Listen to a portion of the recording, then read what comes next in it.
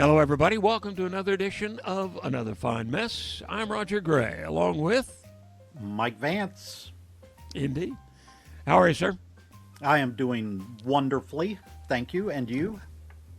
Pretty well. Pretty well. Let's start statewide, shall we? I mean, there's so much to talk about, and unfortunately, so much of it is political.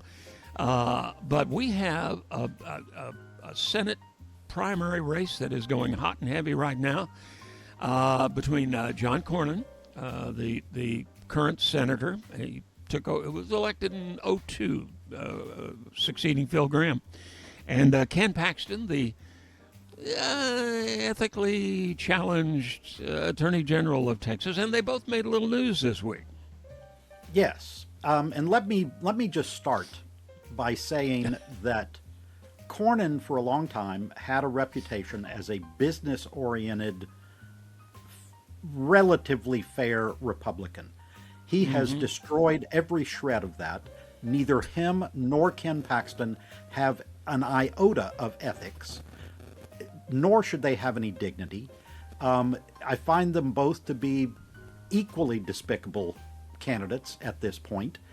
And with Cornyn, I come from, I'll just say, my ex-wife used to work for him at the Attorney General's office and was thrilled when he took over there after the equally ethically challenged Dan Morales. Dan Morales, yes. So, like I said, he took a halfway decent reputation, even among Democrats, and has blown that all to hell. Well, yeah, and I will say, I've interviewed Cornyn a few times, and I share your opinion. I'm not sure I'd put him on the same level as Paxton right now, but I mean, they're all just pandering to fare thee well. But the times I talk to him, as you say, a pretty classic Republican, very pro-business, could work across the aisle, which became increasingly unusual, and it just seemed to be a reasonable person, to be quite honest. Former Supreme Court Justice, former AG, Air Force veteran, Air Force officer. Yeah, by and large, pretty decent guy. And this race, with the Trump factor being so important, has brought out the worst in both, which wasn't a hard pull with Paxton, but I'm a little surprised at the level of pandering from Cornyn, and we're seeing it now. I'm not surprised at all. Tell them what we're talking about. Well, Cornyn wants to rename a stretch of highway after the orange blob in the White House. Stretch of Texas highway for no reason whatsoever. And he's doing everything he can to kiss up to get an endorsement, because so far there has not been a White House endorsement in this Senate primary, which votes in a couple of weeks. So I'm sorry, Cornyn's a coward, and any goodwill that he has built up over decades, he has blasted off into the ether. Well, I am. It happens in primaries. Let's be honest. Democrats go left, Republicans go right, and then they ideally go back to. Excuse me. There we go. Easy there. I need room to gesture. Anyway, they ideally go back to the center in the general, which will be against whoever wins this. It'll be against Tallarico in the fall. And this stretch of highway, by the way, begins in Montana and goes 287? It goes all the way to Port Arthur, which is not a trip a lot of people make, to be quite honest. I've been to both places, and I would prefer Montana. In either direction. There's not much in Port Arthur anymore, yeah. Montana's great. There's nothing in Montana's Port Arthur wonderful. any longer. Nobody can afford it. The late Ted Turner owned half of it, but absolutely stunningly beautiful state. Port Arthur is not. But Port Arthur's a business town. That's not really fair. Port Arthur lately. exists. It's kind of Oh, it's yeah, a little good abandoned. point. Anyway, So he wants to rename it. he wants to make it an interstate highway, rename it Highway 47, and it'll be known forevermore, he said, as the Trump Highway, which is, my gosh, could we Well, be? he also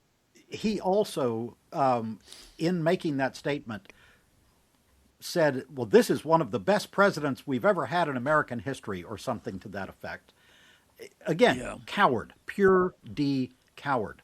Now, you told me about the latest of Paxton, and we should remind people Paxton has been up for years, and he keeps kicking the can down the road, including perhaps, allegedly, threatening various prosecutorial entities to move venues and to postpone trials during that time period. But he's been up on multiple felonies for almost I think the entire time he has served as Texas Attorney General.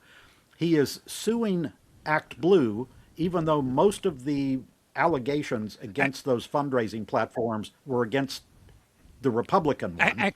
But you Act told me Blue about is an the latest one. organization. Act Blue is an organization that raises money for Democrats. Yeah. Yeah, the latest is he is suing Netflix, who, to all appearances, will be the loser in the fight over who gets to buy Warner Brothers. He's suing Netflix for something that every online platform does, and that is what we always refer to as the algorithm. When you log on to Netflix, for example, I assume you probably have it. You get the little, ring, and it'll ask you, who's watching. I usually click me because I pick out a lot of movies and so forth. Anyway, you choose the movie or the series you want to watch, okay? And Netflix keeps track of that. And that's why you get if you're really into westerns, for example, they'll suggest a lot of westerns for you. They're trying to read the taste of the customer. Now that obviously also will involve advertising when you're watching something, unless you pay to make the ads go away. Either way, Netflix makes money, but that's how they make money. In the old days, when we were all watching the three networks, commercials is how they made money. That's still how they make money. So there's nothing surprising. We've added some computer wizardry to sort of tailor the commercials toward you, but that's about it. He is suing for that algorithm because it also involves kids.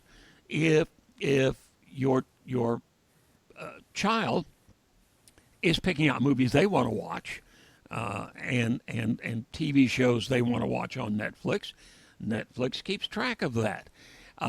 They're not sending them porn or anything. I'm not sure what he's basing this suit on, but he's saying they're invading the privacy of children, minors. It just seems Well, such a I'll, stretch. I'll toss out, yeah, I'll toss out an idea.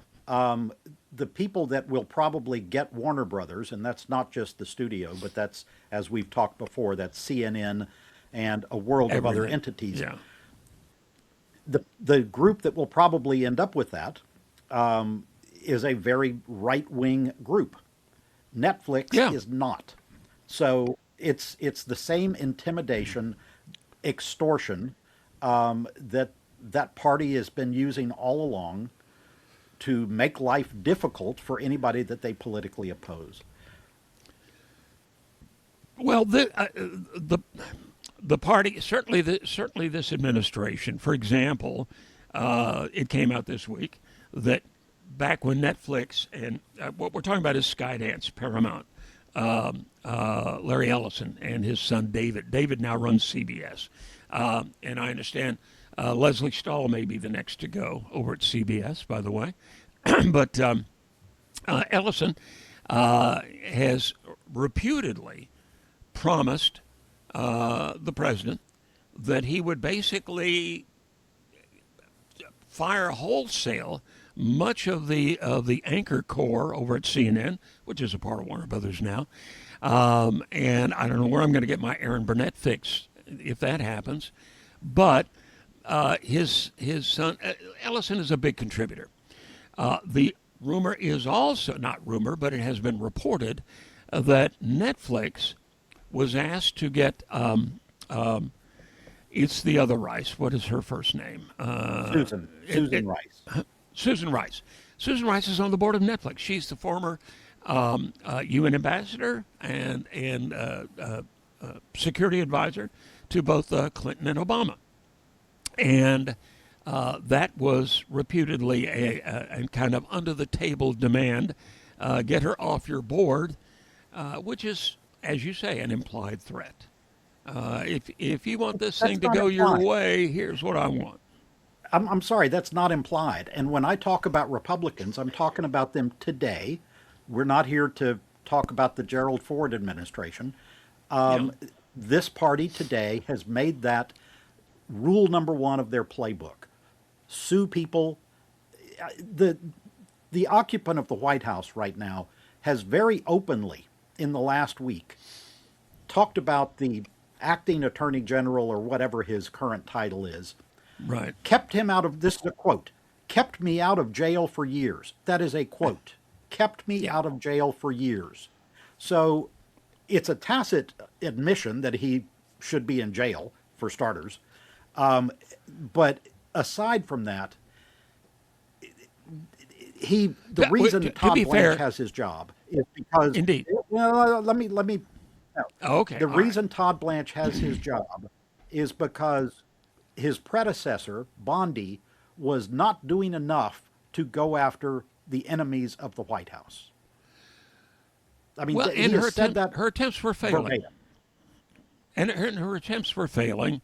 Witness the Comey prosecution, the going after Letitia James in New York, and Fani Willis down in Georgia. It wasn't working. Juries were saying no. Grand juries were saying no, thank you. So yeah, that's a problem, and he is so much of. There's so much to do. To be honest, the economy is in tough shape right now. It's a self-inflicted wound. We shot ourselves in the foot with tariffs, and now with this war. We're looking at 3.8% inflation at the last report. There's so much to take care of, and we're worrying about people we consider political enemies, people that gave him grief in an earlier life. And it seems like such a monumental... Look at... He posted 55 times night before last on That's his, where I was about to go. Yeah, on his social media, 55 times posts that were goofy AI renderings. We'll talk about AI. I know that was something you were interested in, but these goofy AI renderings about Obama and Biden and Pelosi and a screed by Michael Flynn, who was convicted of working with the Russians during the 2016 campaign. He confessed. He lied to the FBI. He also anyway, one of the things that he tweeted about was that his new AG was not doing enough to go after his political enemies, and that was in there 2 or 3 times. The guy is unhinged. He is not capable of cogent thought. I know there's a lot of speculation about the president's mental state, and I understand that. I understand some of it is political, some of it is somewhat legitimate. I'm not going to pretend to be a psychologist. I know a lot of them. I've interviewed a lot of them. I'm not going to put myself in that position, but I do have to say, this is, I mean, what we're getting here is if we were both a little younger, and I'm going to blow the G rating now, this would be called shit posting. And this is what, frankly, kids in high school do to each other. And it's unbecoming. I just wrote a piece about the kind of the deterioration of presidential and press relations. Yes, they've been going downhill from the glory days of Ike and JFK. Vietnam was a lot of it. Watergate was a lot of it. The divide grew even greater under Reagan and so forth, and so on. But now we're at a point where insulting each other, sometimes childishly insulting each other, is the norm. That is political discourse now. And it's Well, one thing to come from a high school kid, it's another thing to come from the Oval Office. yeah, you mentioned, I read the piece this morning, and my turn to do explanation of a reference. Okay. You're talking about the Texas outlaw writers that Yeah. you write for, which you can find Right. Roger and Jim Moore up there, both excellent pieces that come out fairly often. So you were talking about in that article presidential press secretaries. And I was thinking about that this morning before we started recording. How much do they really matter? Because in the old days, and you come from a background in the press and going to these interviews I and started in having to go through 1970. them. Yeah, so that's your background. But in the days that you're talking about, with JFK and LBJ and Nixon and on down the line, we had three, four television networks and the top newspapers plus services like AP and UPI. Yeah. And those are still the predecessor, the descendants of those organizations in some cases, and some others that are more international, are still the ones that go to those press conferences. But most people, I think, are not getting news from those sources necessarily, though they should be, because that's where legitimate reporting takes place. So, in a sense, how much does the presidential press secretary matter today versus what they did back then? It's a good point. It's an excellent point because I don't know how many people are watching Carolyn Levitt's press conferences. I do. You do probably. But the average voter, Try not you're to. right. I don't know. Huh? I'm I sorry? said I try not to. I can Yeah, understand. I can understand. Part of my premise of this was as far as a relationship with the press, and I can understand it. Every president ask if you could resurrect LBJ and Jimmy Carter, ask them how well they were treated by the press. Ask Bill Clinton how well he was treated by the press. It's not just a one-sided thing. And as I wrote, I'm sure JFK went back to the Oval Office, swearing a blue streak about something that somebody had written about him.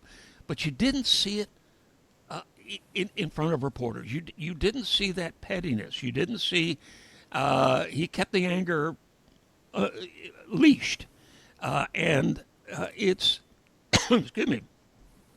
I think the whole idea of responding to every question with an insult, number one, is not going to improve the relationship, and it makes you look petty. If you're asked a well, question he and is petty. okay, yeah, He but is petty. if you're asked a question and your first response is, "Who are you with?" "Oh, they're awful." "Oh, you're terrible." "You're a lousy reporter." That's that is just going to sour the relationship even more. I mean, that's just simple Yep. human nature. But Roger, he is petty. That has been the way he always has been. But it goes beyond that. It goes beyond insulting the organizations. He called a reporter for asking a question the other day a bitch. Called her a bitch. Now, Now, to be fair, let me let he said to be fair, she is black. he mouthed it. He mouthed it. He didn't say it out loud. Look, the guy, take the press secretaries out of the equation. The guy Yeah. with the modern media landscape is speaking more to the American people, which makes it even more necessary that he show what used to be called the dignity of office. And we can go back and we can do the archaeology on this and go back to Lee Atwater and the kind of people, Roger Ailes, the people that created this environment of insult and attack. But it has got to be reined in. There are friends of mine that I know to be good people who have other friends that go on about wanting Democrats dead on Yeah. social media. And that kind of thing has got to stop. That has got to be reined in. And it's coming from the Oval Office, it is coming from the top. To be honest, Mike, though, there are Democrats that have expressed the same sentiments about Donald Trump. They can't. We will be celebrating, when we get that news. That's one person. I, I'm talking about, that's not what I'm saying. I am talking oh, about okay. not All specific members. Democrats. He wants all Democrats dead. I've seen people write that. Now, I have Well, not seen a Democrat say they want all Republicans dead. okay. All right. Fair enough. I have seen more of the one side than the other, certainly. But anyway, this is unbecoming of the office, and I realize that is a massive understatement. I understand that, but it's as you say, everybody needs to tone it down. And I'm not talking about the stuff that comes at that it comes after the assassination attempts for political partisan purposes. They say, well, you guys need to tone it down. That's what's created. That's not what I'm talking about. I think the dialogue overall, the conversation overall, has become so So, childish. so this guy, along with Musk and Cook and who knows what other multi-billionaires, is now in China and negotiating on behalf of our nation. Take your pick on which one is the most powerful guy in the world. I'm not going with ours. I'll be honest with you. But he's over there doing things that you would think are relatively important and coming at it from a position of weakness right now because he is mired in a war that, by I think all indications other than his own, we are not winning. Well, and there's a lot of new information that has come out that Hegseth is livid about, as you might expect. We have, and we've talked about this. We have depleted our weapon stores, very expensive weapon stores, tremendously to the point that we're having to rob Peter to pay Paul. Ship weapons from the Pacific region where they may be needed, depending on how this meeting goes somewhere down the road. And it's going to take a long time to replenish them because they're very expensive and time consuming to produce. And the other is we have not destroyed the Iranian military and Iranian defenses to the extent that has been claimed. Not apparently even close. So, yeah, this is, MacArthur warned JFK, don't get involved in a land war in Asia. I'm sure there were caveats like that presented to other presidents before, involving a war in the Middle East, another conflict there. We saw how well those went, and yet here we are again, claiming it looks like it should be easy, and it never really is. And that's what's kind of Well, sad I about don't this. know. I'm sorry, but I don't know who thought it looked like it should be easy, other than the idiots that are currently in charge and who fired all the experts. Yeah, but I mean, that's Mike, the pattern we're we're a seeing. superpower. The reason it looks easy to somebody who is not well versed, we're a superpower. We have all the toys. They're a medium to small Middle Eastern country with a lot of oil money, They're yeah, not. No, but no, no. They're outdated not equipment. small. They're not Well, small. It's an enormous country. indeed, in comparison, though, to the U.S. military, in what was for years a bipolar world between us and the Russians. We were the top dog, and the top dog ought to You win easily, but we haven't. but you said the magic words. Anybody who is informed. They fired all of the people who were informed. That is one of the Yeah. first things they did when they came in, was get rid of the traditional intelligence groups that had been formed and operated over decades in the Pentagon, in the National Security Organization overall, in the CIA. So they got rid of the experts. And you need those people. Those are people that know what they're talking about. And it's now the Keystone Cops up there, which is a reference I'm not going to go back and explain. Um, but I mean, come on. You got to have the people that know what they're talking about, because they have nobody decent giving them advice. And the guy in charge doesn't want to hear that advice anyway.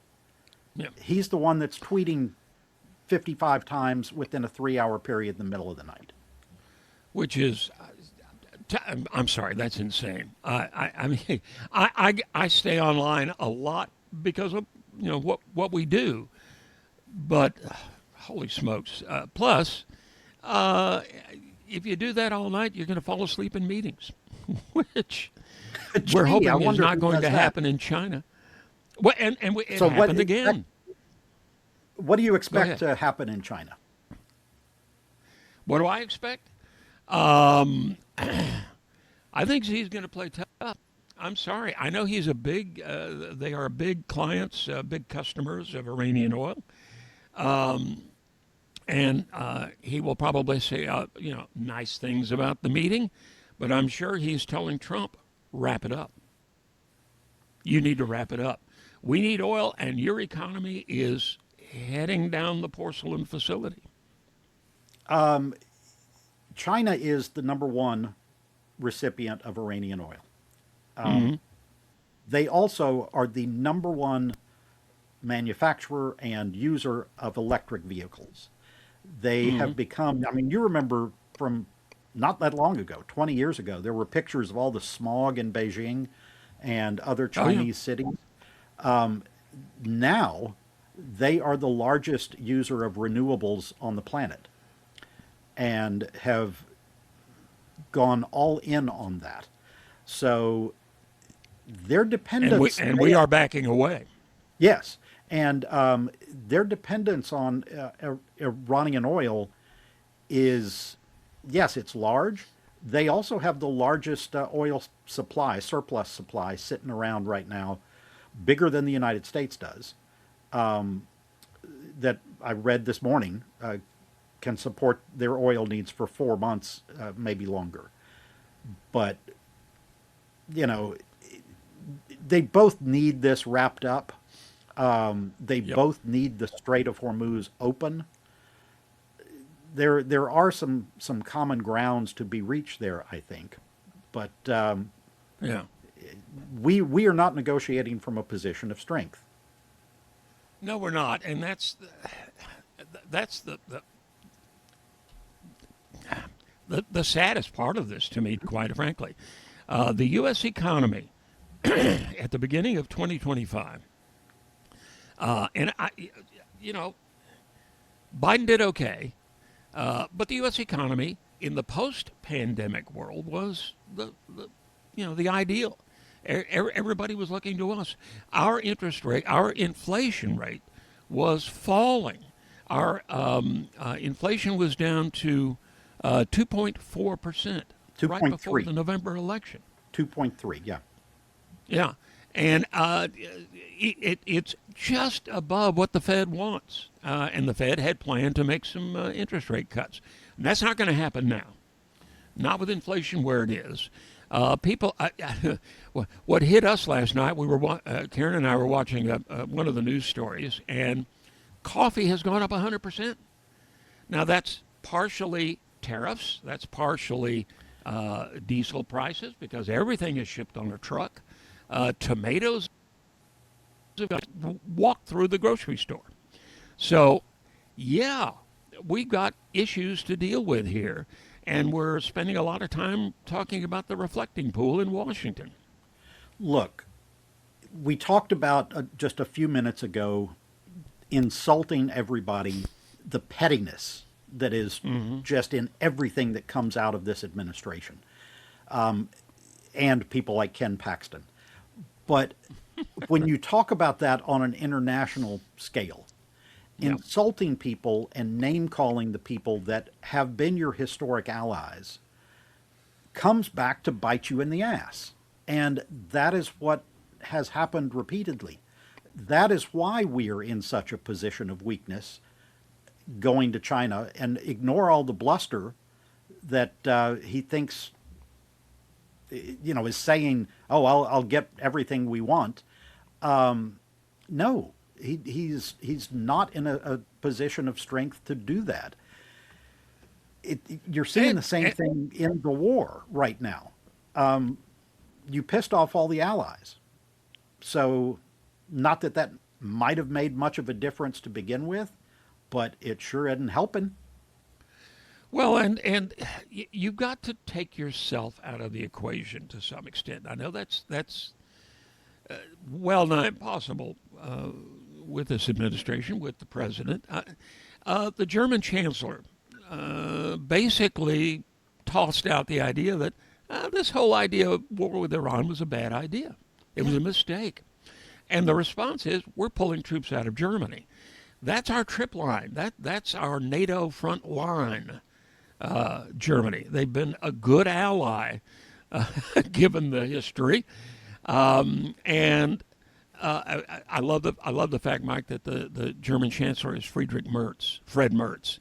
But at any rate, to say, well, you said something bad about me, I'm pulling troops out of Germany. That's a strategic decision based on a personal perceived insult.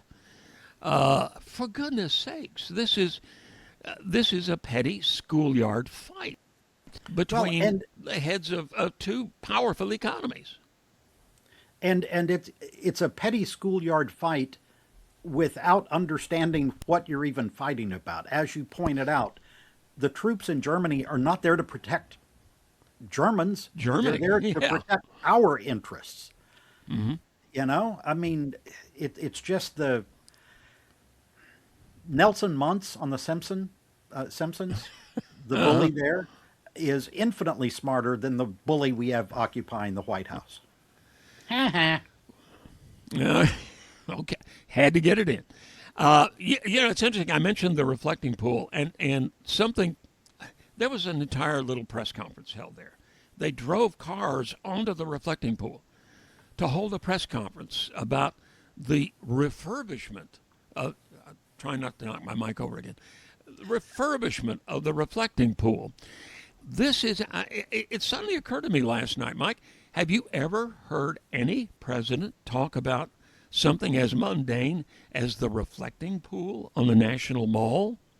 It is, I double checked because I was certain I had heard this.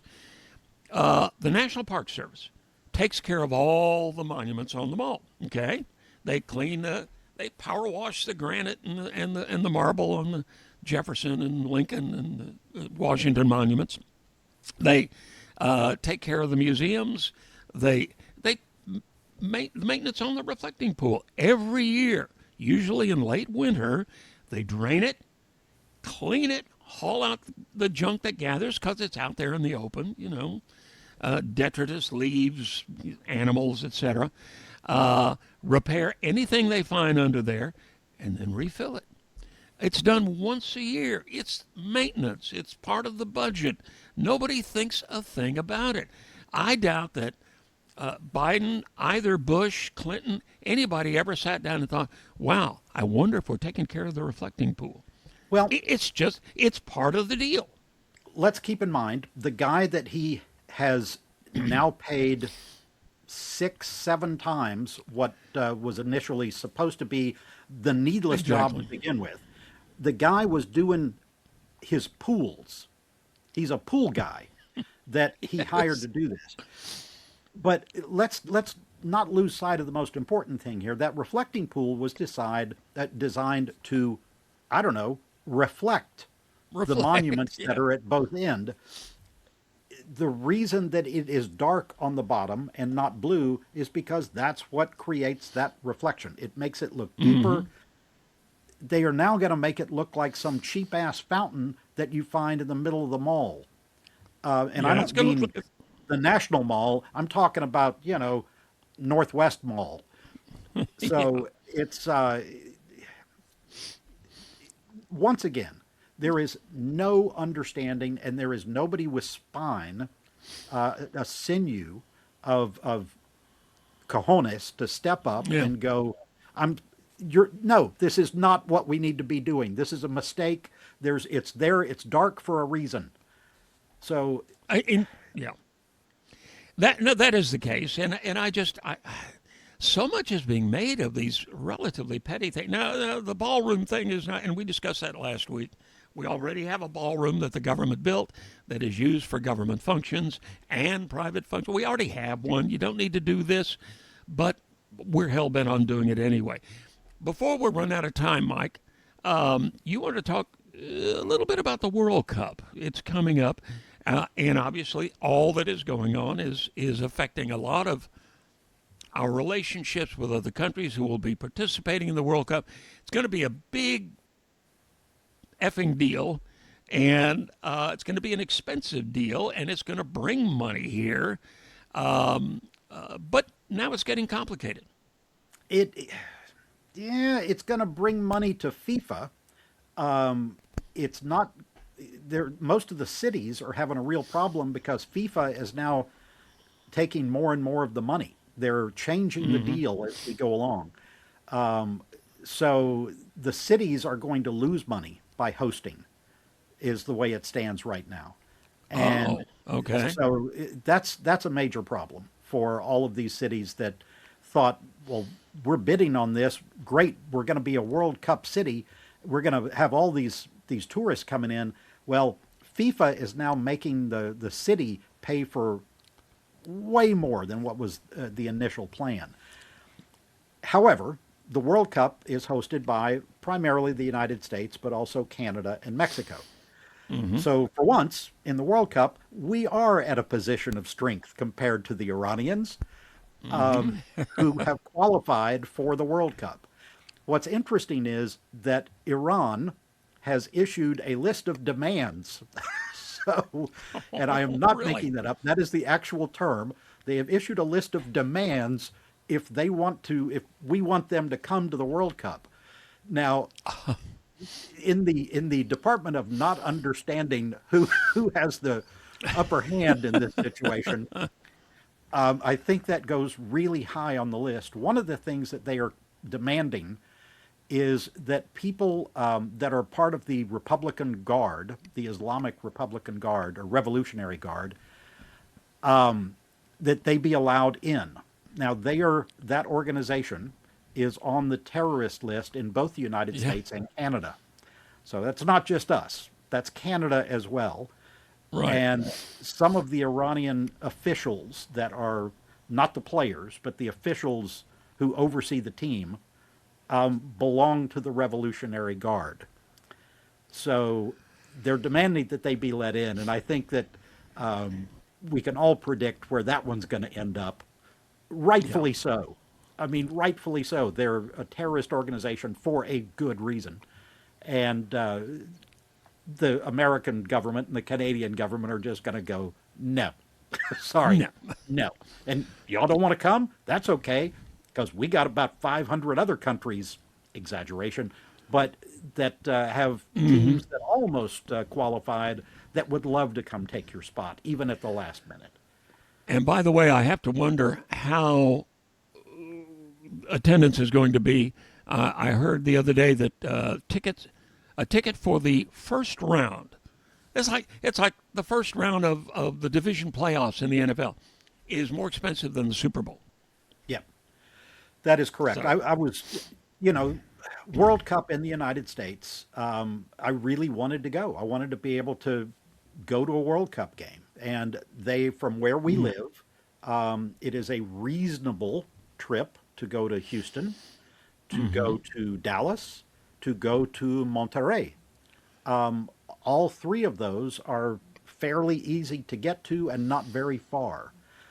So I looked into all of them. Monterey is cheaper than Houston or Dallas, but even there is a game that I want to say is like Saudi Arabia and Cape Verde that's in Houston Okay. that I looked at. And it's by far the cheapest one because Germany and the Netherlands and Portugal are all playing there. Oh yeah. But the Saudis and Cape Verde still was going to run me for nosebleed seats $800 or something like that. Holy cow. And Okay. you know, it's greed, and FIFA is really Sure. trying to outgreed everybody else on the planet right now with this. And you wouldn't have thought that was possible considering the NFL and MLB and all the rest of it, but it looks like they're gonna do it. Well, the NFL takes a lot of grief, but they by and large are really really smart business folks. Okay.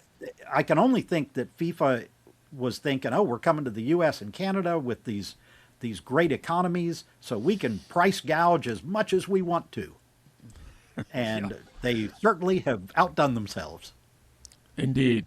And at that point, we're going to need to wrap it up. There's so much to talk about. There's a new Trump Tower going up in the Eastern European state of Georgia, which is very pro-Moscow, which, gosh, that brings up lots of questions, but we'll have to ask him next time. Well, I Mike do Vance. have a weird. No, I got a Oh, weird you have history fact. Go ahead. Yeah, a weird historical fact.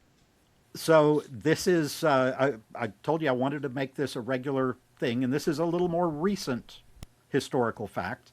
But you know the song from the Muppets, the ma na na na ma na ma Yeah. na da da da da da. Yep. Right? So that you hear over and over. Do you know where that song came from? No. It came from a softcore Italian movie about Swedish love. Well, So in the 1960s, there was a movie, a documentary produced in Italy called Sweden, Heaven or Hell. And it yeah. was so over the top. And apparently the focus of the documentary was to say that this free love culture that had happened in Sweden with all the blonde women romping around was bad. But yet, to demonstrate that, they showed a lot of blonde women romping around. And there Yeah. is a scene in the movie of Swedish women wearing nothing but towels, all laughing and wiggling around in a sauna. And the music is mana mana do do do do do mana mana do do do do. So apparently Jim Henson and Frank Oz and the other people at Sesame Street saw this and lifted that music for the Muppets. So, Which confirms all of our suspicions about Piggy, Miss Piggy, and Kermit. So, yep. So you are now I think you've informed. done And thank you very much. You will never get that song out of your head for the rest of your day. I know. Thank you so much. It's an earworm. Mike, thank you so much, sir. Appreciate it. Thank you for doing that to all of us. And we appreciate you being here. Thank you, guys. And we will see you next time for Yes, sir. another fine mess.